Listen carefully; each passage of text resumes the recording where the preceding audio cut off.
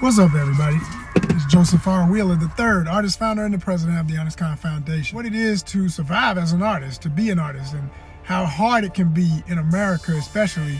We've been through some tough times, and tough times they just don't seem to let up sometimes. You just gotta keep going through stuff till you get to the next better phase of where you're supposed to be in life. Because the arts as a whole, not just specific, if somebody says, I'm a musician, I'm a visual artist, I'm a dancer, I'm a culinary artist, martial artist, these are all arts, those things. I say my definition for the arts are any and every creative expression that appeal to the senses. For being that, a lot of artists have to wear so many other hats other than what they're here to do.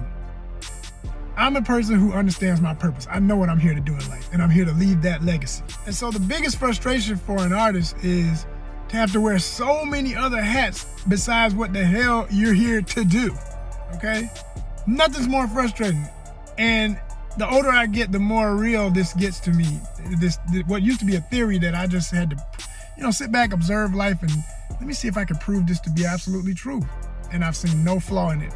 As the kids would say these days, facts, facts. I detect no lies, all facts. So, I got friends who are lawyers. I got friends who are military. I got friends who are medical industry. What are the other big ones I want to mention? Of course, technology. And yeah, literally law, medical, technology, all these things, right? They're stable. Only artists, when I look at the greatest artists of all time, have to go through some of this stuff. The greatest doctors, lawyers, military minds, etc., blah, blah, blah, blah, blah, all those categories I just named, they do what they're here to do. That's it. That's all they do. My lawyer friends, some of them are artists. The people I just mentioned, a good many of the friends I said who go into those categories, they're artists too, but they don't actively do their art per se. They didn't commit to the art life like I did. And a lot of them, they take a lot of pride in seeing what I'm doing because I did, and they know how hard that is to do that. Or at least they can imagine how hard it is to do that if they didn't ever try it, Imagine if the greatest artists in the world only had to focus on their art. Imagine the amount of beautiful everything and how much richer your life would be as somebody who is a lover of the arts, a patron of the arts. I may have said this other ways and other times and other videos, other content, but I'm gonna keep reiterating it because I know at some point I'm gonna reach the right person who understands my voice and what I'm saying here. This is why I started ONYXCON, because I wanted to help artists like myself have a place to put the type of work I was doing at the time when I started ONYXCON for what it was first all about. When it was first started, it was all about being a Comic-Con because I myself was doing comic books, independent comics and related material. I advanced from there to other types of elements and brought those into ONYXCON as a convention. We always had music. We always had performances of music in addition to a live DJ. We always had demonstrations. We had martial artists come and do demonstrations. We had nutritionists come and set up tables and do demonstrations on various things. We had an incredible, vendor for food. Shout out to my sister, Velvet House Bakery. You know what I mean? Some of the best, it was treats, but it was some of the best treats you could have ever eaten at a Comic-Con. It was not trash. We wasn't feeding you just any run-of-the-mill trash.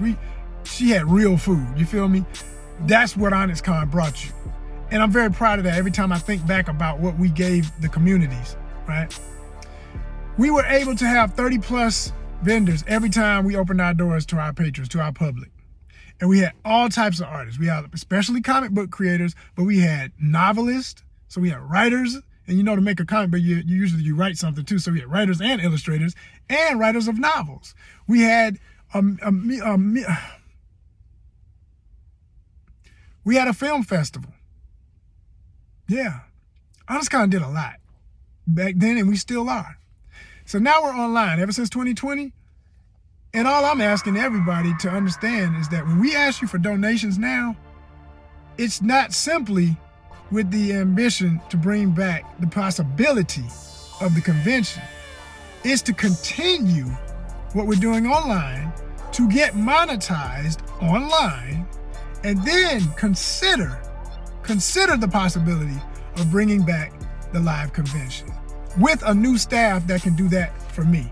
Because I've done my work in that regard. And I tell people this all the time because I want them to understand. I will be the approval, the big stamp. Boom, yes, no, yes, no, yes, yes, yes, yes, no, no, no, and yes. That's it.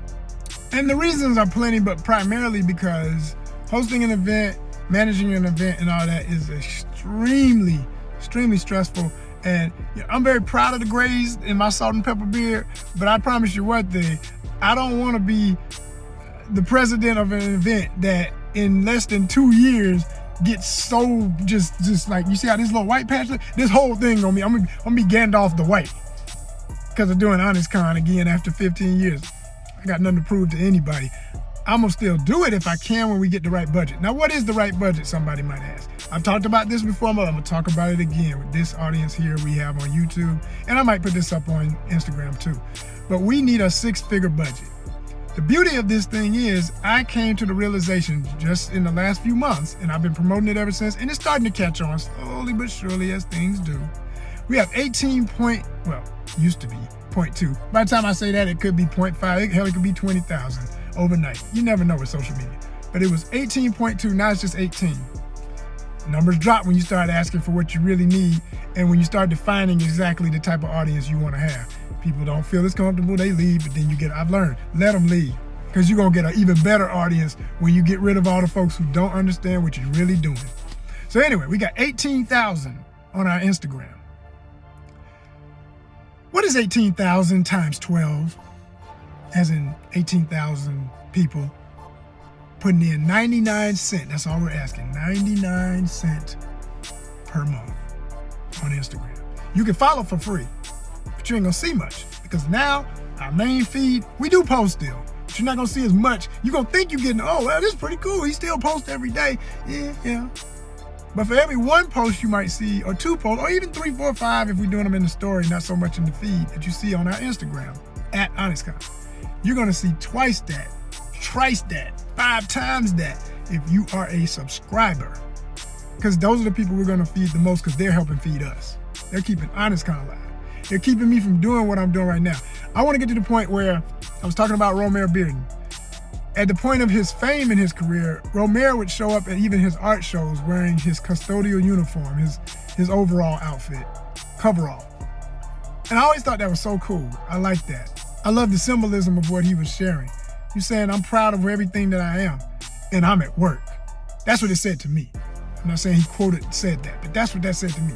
So when you see me wearing this, and I won't always be wearing construction gear, but I do like construction gear, and I like cargo pants and all that stuff, you know what I mean? I'm at work, y'all.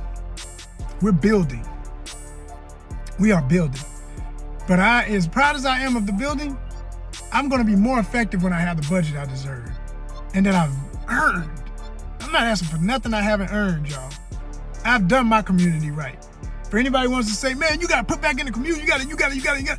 I did it for 15 plus years and I'm still doing it. I did it for 11 solid years as a live event, operating with 2 events a year at one point. 2, ONYXCON Sankofa and the main ONYXCON, which was technically the same event, just happening at different times of the year. One with more of a purpose for Black History Month, February, and the other in August as the main event. But when COVID taught us all the lessons it taught us, I learned I deserve to have a better impact with more of what I always wanted to share with people. I want to do film. I'm an actor, film actor. I write for film. I produce. I also am a drawer, a painter, a sculptor, all those things, photographer. But more so the film these days, and have been for the last 10 years. I'm a SAG eligible for SAG-AFTRA, the union that just came off a strike. So I can't wait to get back on, more sets with that. But the work is slow here in Atlanta. It's not coming as fast as we are. Oh, yay, everybody's dancing in the streets in LA. The strike is over.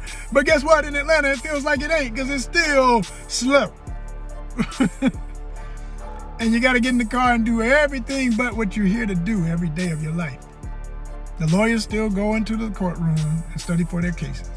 The doctors still do their surgeries. The teachers are teaching. Bless all the teachers.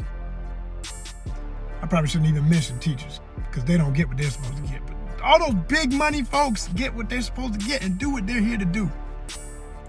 Artists are the ones that gotta wear all these other damn hats. I'm tired of wearing everybody else's hat but the hat I'm here to wear. I wanna wear this in style and symbolism, not so much in purpose. I wanna get out of my car and work for myself, not for anybody else. And you know who myself is? What my baby is, what I built, y'all. It's ONYXCON, a 501c3 nonprofit that gives back through edutainment, exposure, and creative content, showing you how to live a creative lifestyle, a very fun lifestyle.